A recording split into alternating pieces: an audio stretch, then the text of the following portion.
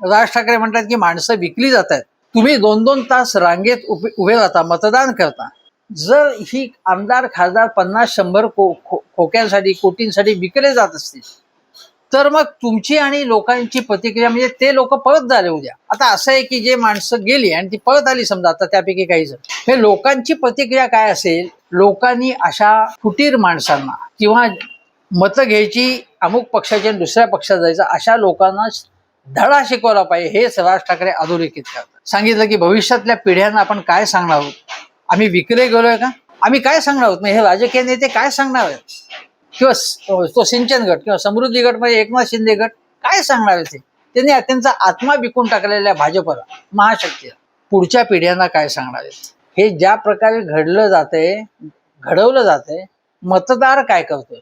मतदार पाहतोय की नाही? ज्याचं महाराष्ट्रावरती प्रेम आहे तो भले मनसेचा नसेल, शिवसेनेचा नसेल, काँग्रेसचा नसेल, शरद पवारांच्या मतदान करत असेल, पण त्याला आज हे जे काही चाललेलं आहे, जे काही घडवलं जात आहे, लोकशाहीचा खेळ खंडोबा करणं, विकृतीकरण करणं आणि महाराष्ट्रावरती इतर लोकांनी घुसून त्याच्यावर राज्य करणं, आहे कोणाचं राज्य? मग हे मराठी माणसांचं आहे का कोणा अन्य कोणाचं आहे राज्य?